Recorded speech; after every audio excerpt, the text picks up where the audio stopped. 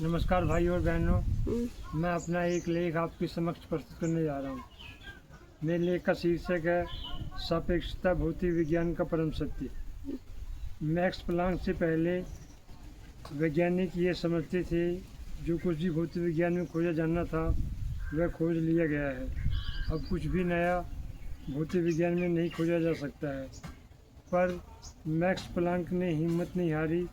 उन्होंने लगन और परिश्रम से अपनी पढ़ाई जारी रखी और अपना अनुसंधान भी जारी रखा।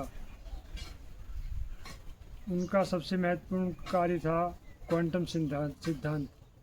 इस सिद्धांत ने इस धारणा को काफ़ी हद तक बदल दिया कि भौतिक विज्ञान अपनी चरम पूर्णता पर पहुंच गया है और भौतिक विज्ञान में कुछ भी नया और श्रेष्ठ कार्य अब हो नहीं सकता है। 1905 में आइंस्टाइन ने अपने रिसर्च पेपर प्रकाशित कराया था।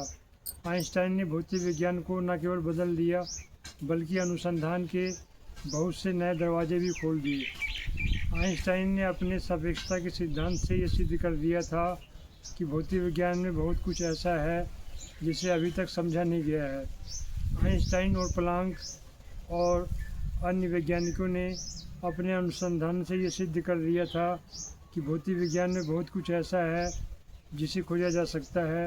इस तरह से जीव विज्ञान, रसायन विज्ञान और इंजीनियरिंग में भी बहुत कुछ श्रेष्ठतम और महानतम है जिसे खोजा जा सकता है।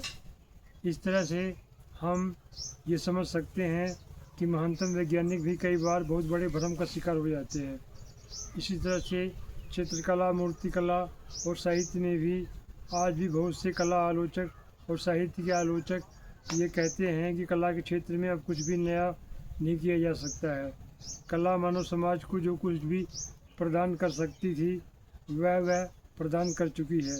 इसी तरह से साहित्य के बारे में भी ये कहा जाता है कि साहित्य में कुछ भी श्रेष्ठतम और महानतम रचना अब नहीं हो सकती है, पर ऐसा नहीं है।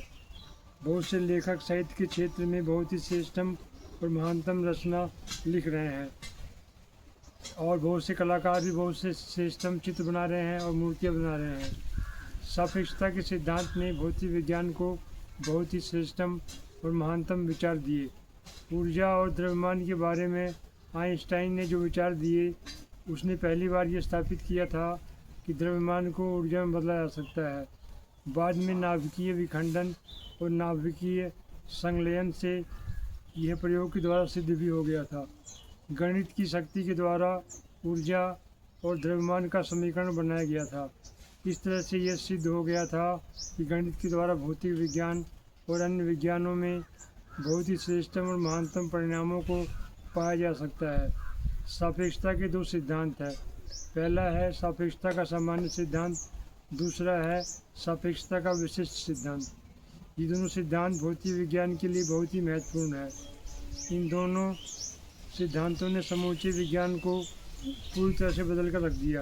इन दोनों सिद्धांतों ने बहुत से वैज्ञानिकों को बहुत प्रेरणा दी थी। सापेक्षता के सिद्धांत ने रसायन विज्ञान, जीव विज्ञान, इंजीनियरिंग, साहित्य, सिनेमा, अर्थशास्त्र, समाजशास्त्र, राजनीति विज्ञान आदि क्षेत्रों को भी बहुत हद तक प्रभावित किया था। सूर्य ग्रहण के समय सूर्य की किरणें कितने कोण से मुड़ेंगी इसकी गणना आइंस्टाइन ने अपने सापेक्षता के सिद्धांत से की थी और प्रयोग के द्वारा उनकी गणना बिल्कुल ठीक निकली थी। यह सापेक्षता की बहुत बड़ी उपलब्धि थी। आइंस्टाइन ने जो अन्य तरह की भविष्यवाणियाँ की थी उसकी गणना भी प्रयोग के द्वारा की गई थी। ये सारी गणनाएं प्रयोग के द्वारा बिल्कुल ठीक निकली थी। इस तरह मेरा ये लेख समाप्त होता है। मेरे वीडियो को देखने के लिए आपका बहुत बहुत धन्यवाद। मेरे वीडियो को आप सब्सक्राइब कर लें।